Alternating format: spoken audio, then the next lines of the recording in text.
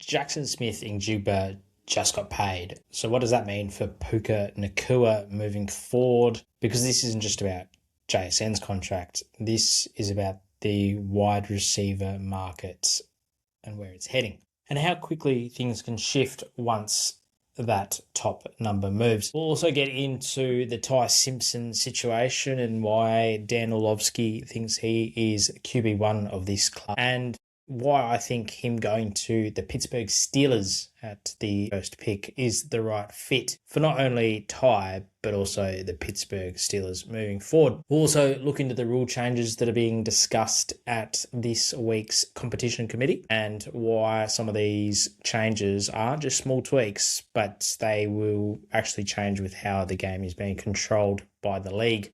The Sunday Standard Power Index is back. We will go through 22 to 18 and the NFL draft picks 21 through 26 as well, like we have on all the episodes so far. And across all of it, this episode really comes down to timing, direction, and the decisions that define teams and what they become next. Welcome to the Sunday Standard. Welcome to the Sunday Standard.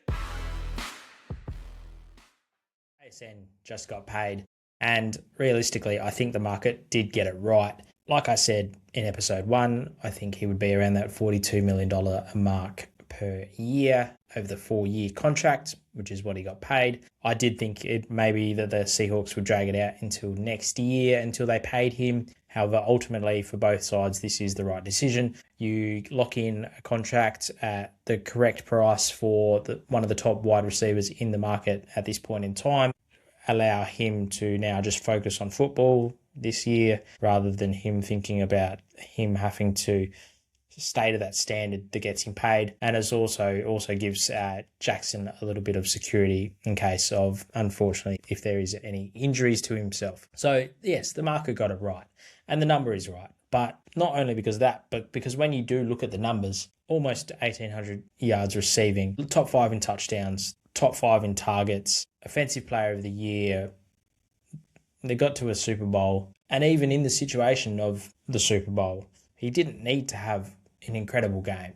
I thought going in he'd have 150 yards, 2 touchdowns, break the game wide open. But obviously, at the end of the day, they leaned on Kenneth Walker and it got the job done. So it's not just about the numbers there, but it's the production that he provides. And it's not just regular production. It is elite level production. And it's not just about the volume either. It's the impact that JSN provides to the Seahawks. He's creating big plays. He's affecting how games are played. He breaks games wide open consistently. And it's not just empty production. It's the kind of production that changes the game. So when you look at a player like Puka, you're seeing something very similar.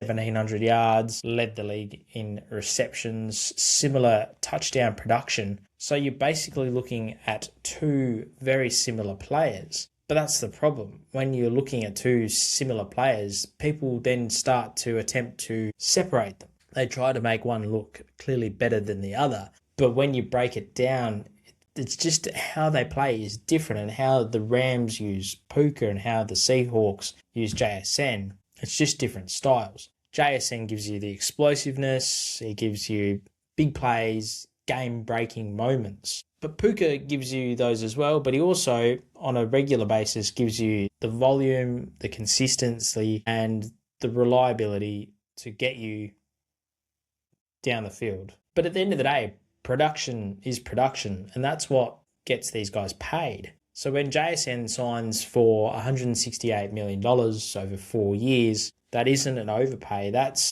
the market resetting at the wide receiver position. And once that happens, everything else moves. So now you look at Puka, and it's not the question of if he gets paid, it's when he gets paid, because the standard has already been set by JSN. So now you bring the Rams into the situation, and you sort of starts to get interesting from there, because realistically, you look at the Rams and you think, okay, Stafford, more than likely going to be his last year in the league. An incredible 17-year career. The move from the Detroit Lions to the LA Rams was a great trade from both sides. I really like what the Rams did to get Matthew Stafford in the building. And look, ultimately it paid off in leaps and bounds for not only Matthew, but also the Rams. They won a Super Bowl that first season, and then Matt comes out last year and wins the MVP, which he did deserve. But this isn't just a receiver conversation anymore. It's where they are as a team. So you drop Matthew Stafford off your books. You realistically are looking at also more than likely one of Davante's final seasons with the team. This is the last year of his contract. If he re-signs, you hope to get him quite a lot cheaper than you're currently paying him. And that frees up $100 million on the books. Look, next year, yes, you are going to have to go and start paying Trent McDuffie those $30 million a year for the cornerback position that you just paid him. 4 years, $120 million to make him the highest paid cornerback in league history. Does he deserve that money? Absolutely, and it was a great get from the Rams. However, there's other players you're going to have to ultimately having to start paying down the track. Your Jared Verse, he's going to get paid soon, and that's going to be a big number, because Jared Verse is a game-changing player. And then you look at the quarterback position with the Matthew Stafford situation. What do you do in that sort of realm? Do you go and get a bridge quarterback for this year to sit behind him to then go and build around him? Or do you look for next year where that quarterback class ultimately is a lot larger than this year, but are you going to have to move up to go and get one of those guys? Realistically, you're going to be in the late 20s market again, because this Rams team is a very good team. There's no doubting that. But whatever way they go, they need stability. And Puka gives them the stability there in the wide receiver position. And this is sometimes where teams do get it wrong. You let your young offensive piece walk out the door just as they're about to reset at the quarterback position. That's how you create more problems, not solve them.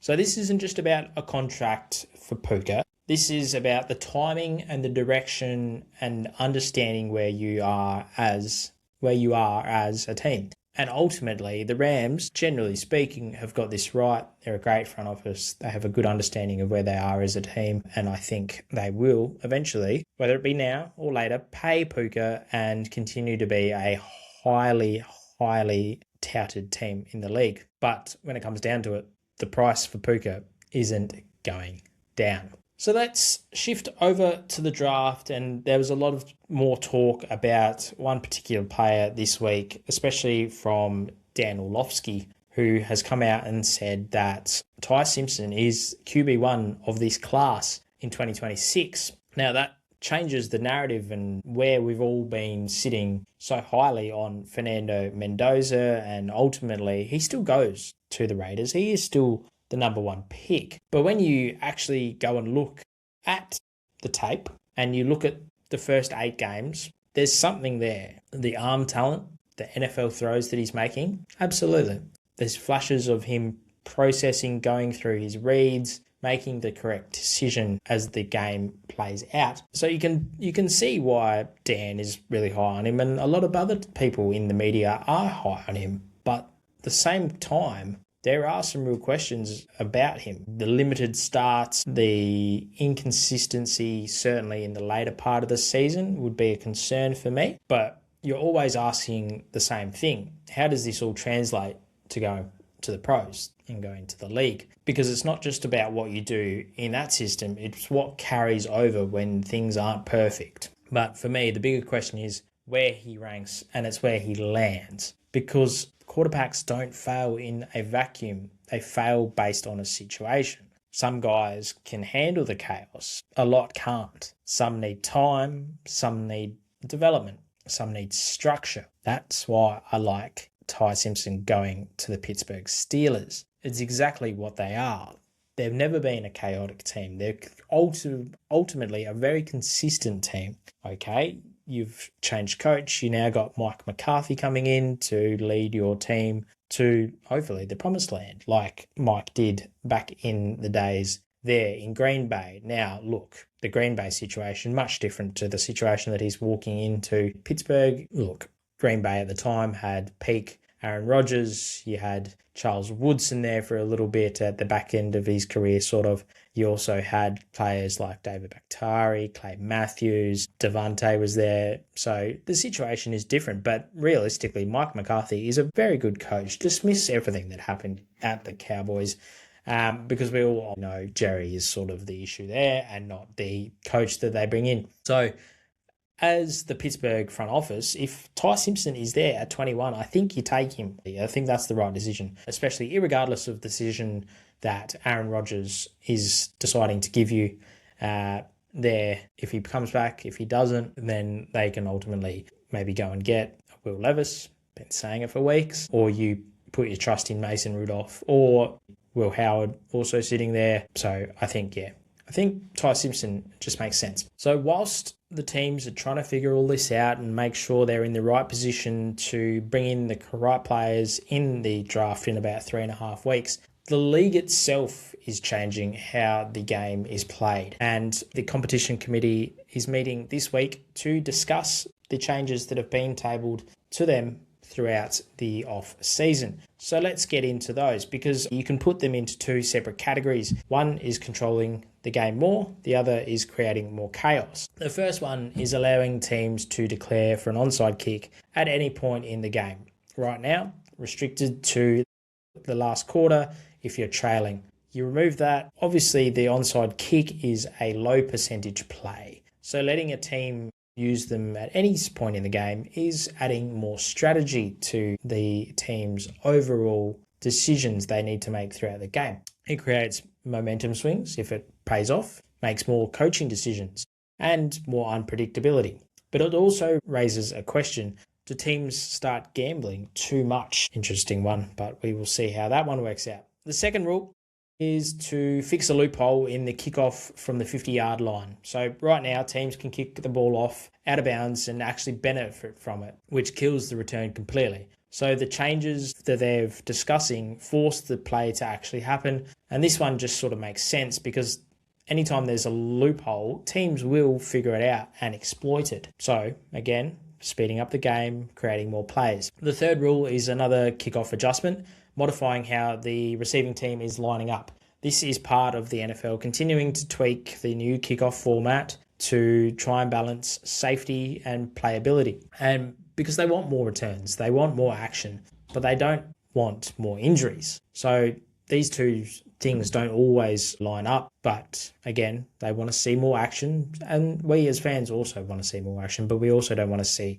any more injuries occur if they don't have to. The fourth rule is where things start to become more about control for the league. The first is allowing league officials to step in on disqualifications, even if it's not being called on the field. So now you're sort of introducing oversight from outside the game. And yes, if it helps get the call right and the player needs to be removed from the game from a hit on another player, great. But it also raises the question, who is actually controlling the game? Because traditionally, once a game starts, it belongs to the officials on the field. But this starts to change that, and the replay centre gets more involved, the game starts to slow down, but we do want to see the right calls be made. And the final rule allows the league to correct clear and obvious missed calls in certain situations. Again, sounds good on the surface, but it pushes things even further towards a central control, and it changes the feel of the game. So when you look at all five of these together, the kickoff changes, more chaos, more opportunities, more action. The officiating changes, more control, more intervention, more influence from outside the field. So that's where the NFL is right now, trying to balance entertainment, fairness, and control. So the question is, how much control is too much? Now the rule changes are over, let's get back into the Sunday Standard Power Index back for another week. We're going through teams 22 to 18 on my power standings, my power index. So let's get into it. At number 22, I've got the Minnesota Vikings. I'm really liking the Kyler move. It buys the organisation a little bit more time to fully evaluate JJ. Is he the future of the franchise? It's sort of steering towards, from what we can sort of see, especially with the addition of Carson Wentz, that they're not still sold on JJ. So bringing in a player like Kyler gives you time to assess him. And when you come to look at the statistics about Kyler, when he's healthy, he's a top 15 player in the league at the quarterback position. So you can say what you want about Kyler, but he is a good player when he's not injured. So a good pickup there for the Minnesota Vikings, and I think ultimately that sort of middle range on the rankings is where they will sit for most of the season, unless Kyler has a breakout year, which I certainly hope he does, and go back to what we all thought he was going to be coming out of college. Moving on to the 21st team in the Sunday Standard Power Index,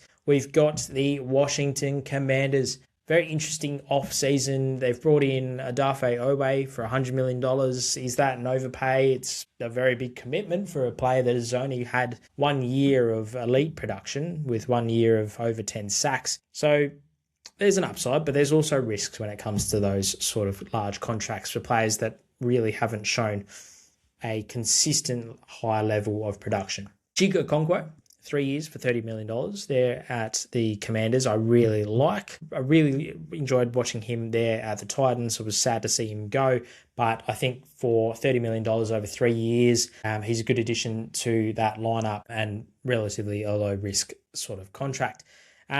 You're also needing to fill gaps in this upcoming draft. Scary Terry McLaurin, he needs more help on the outside. So you've got to go and find someone there. You've got the 7th pick. Do you look for Carnell Tate? Do you take Jeremiah Love if he's there on the board at that point, where a lot of people sort of think he will be if the Titans don't take him? So it'll be interesting to see where they go with that. And ultimately, you also need to protect Jaden Daniels, keep him healthy, and you want to see him have another great year like his rookie year was as well. Number 20 on the Sunday Standard Power Index, we've got the Cincinnati Bengals. Having the Cincinnati Bengals at 20 on a power standings or a power rankings, or it just doesn't feel right when you've got players like Joe Burrow and Jamar Chase who make you a competitive organisation. But obviously, Joe is sometimes healthy, sometimes not. Hopefully, this is the year that he remains healthy and we don't have to see him go off with an injury again to miss half of the year. But obviously, you've also lost Trey Hendrickson this offseason going to Balti. And I think what they've done in the offseason, bringing in 3 defensive players for the same cost that you were going to pay Trey ultimately, really spreads out the money. And I think there's a lot of logic behind that because Trey is a very good player, but I think maybe a little bit of overpay there by the Ravens. 19 on the Sunday Standard Power Index, I've got the Indianapolis Colts, a team ultimately stuck in the sort of middle range. I'm not really sure where they are at as an organisation. You've gone and paid Alec Pierce. You've gone and paid Danny Dimes. Danny Dimes coming off the injury. Is he going to be a great player that we saw in those first half of the year before he got injured last year? I certainly hope so. It was great to see him revive his career there in Indy. Alec Pierce, $100 million. You're putting a lot of faith in him with that kind of money. Obviously, you've lost Pittman, who was your sort of volume kind of guy there. I don't know, big moves being made, but not necessarily better outcomes. So a lot to be seen by Indy for the time being, but could see them move up, could see them move down. It all sort of depends with how Daniel Jones comes back this season. And finally, at 18 in the Sunday Standard Power Index, got the Carolina Panthers trending upwards. Really like where Bryce Young is at in his career. We've seen flashes over the previous few years of him coming into the league, and then ultimately now, last year, we sort of saw him take that next step in his career. So the game really sort of slowed down for him. He was able to sort of make the right decisions. And Carolina are definitely trending upwards. Adding pieces around him, you need to continue to build out that offensive line, give him protection, and we'll see where they go. Big year for Bryce. It's the sort of year that he needs to really step up and to then ultimately the Carolina Panthers make that judgment call. Are they going to put the future with Bryce Young, and what do you pay him? I think in the scheme of things, Bryce Young will probably have another good year, and I think the Panthers are pretty much set on him being their future franchise quarterback. So realistically, he's going to be in that $55 to $60 million year sort of salary, and people might say that is an overpay. But again, it's just sort of where things are trending, especially with the salary cap, again, reaching a new height this year, over $300 million. I think we're going to look towards maybe a $320, $325 million salary cap next year. So that, again, gives you a bit more money to spend and pay these players. And you do need to pay your quarterback. So big year for Bryce Young. And the final segment of this week's episode, we have got picks 21 and to 26 in the upcoming draft. At 21, Pittsburgh Steelers, go and get Ty Simpson. If he's available, if he's there, if a team like the Arizona Cardinals or the New York Jets don't grab him earlier or trade up to get him, I think he's the right pick for you to go and get. Bring him in, irregardless of the decision that Aaron Rodgers is going to make, ultimately, what they're sort of waiting on. I think you go and get him. He is a great quarterback. I still need to see a little bit more. So if Aaron Rodgers does come back, it's a great sort of learning curve. And he will learn a lot from a 4-time MVP. At 22, got the Chargers taking Peter Woods, defensive end out of Clemson.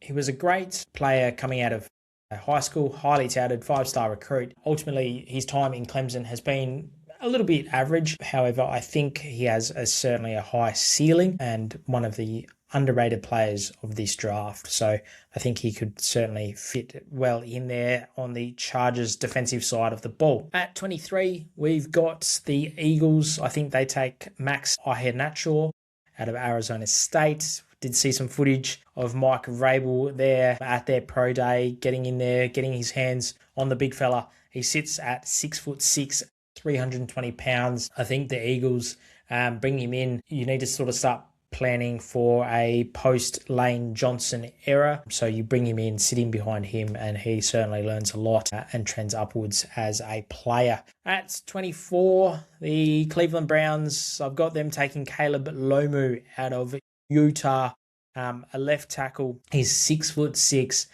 142 kilos, and runs a 4.99 40. That's not flashy. That's just incredible pace for someone that big. Necessary.